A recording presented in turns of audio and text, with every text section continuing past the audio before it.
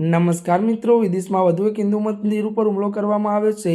ઓસ્ટ્રેલિયાના મેલબોર્નમાં ત્યારે બીએપીએસ સ્વામિનારાયણ મંદિર પર હુમલાની ઘટના સામે આવી છે। માહિતી અનુસાર ગુરુવારે સવારે મેલબોર્નના ત્યારે મિલ પાર્કમાં બીએપીએસ સ્વામિનારાયણ મંદિર પર હુમલો કરતા ખાલિસ્તાન સમર્થકો તોડફોડ કરી હતી, સાથે મંદિરની દિવાલો પર ઉશ્કેરણીજનક મેસેજ પણ લખ્યા હતા। વધુમાં વાત કરવામાં આવે તો ખાલિસ્તાની સમર્થકોએ જનરલ સિંહ ભીડવાલાને ત્યારે શહીદ ગણાવ્યા હતા। આ સાથે ભારત અને મોદી સરકાર વિરુદ્ધ સૂત્ર પણ લખ્યા હતા। હિન્દુ કાઉન્સિલ ઓફ ઓસ્ટ્રેલિયાના પ્રમુખ મકરંદ ભાગવતે આ ઘટના પર દુઃખ વ્યક્ત કરતા કહ્યું કે આ મંદિર શાંતિ, ભક્તિ અને એકતાનું પ્રતીક છે। એવામાં આવી ઘટના આપણી ધાર્મિક સ્વતંત્રતા ઓળખ પર હુમલા સમાન છે।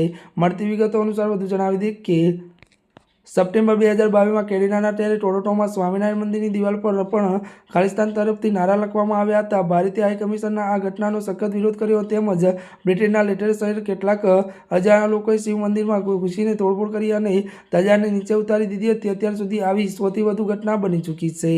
અત્યાર માટે બસ આટલું જ। ત્યારે મિત્રો અત્યાર માટે બસ આટલું જ। અમારી ચેનલમાં નવા હોય તો અમારી ચેનલને લાઇક, શેર અને સબસ્ક્રાઈબ કરી દેજો। ધન્યવાદ।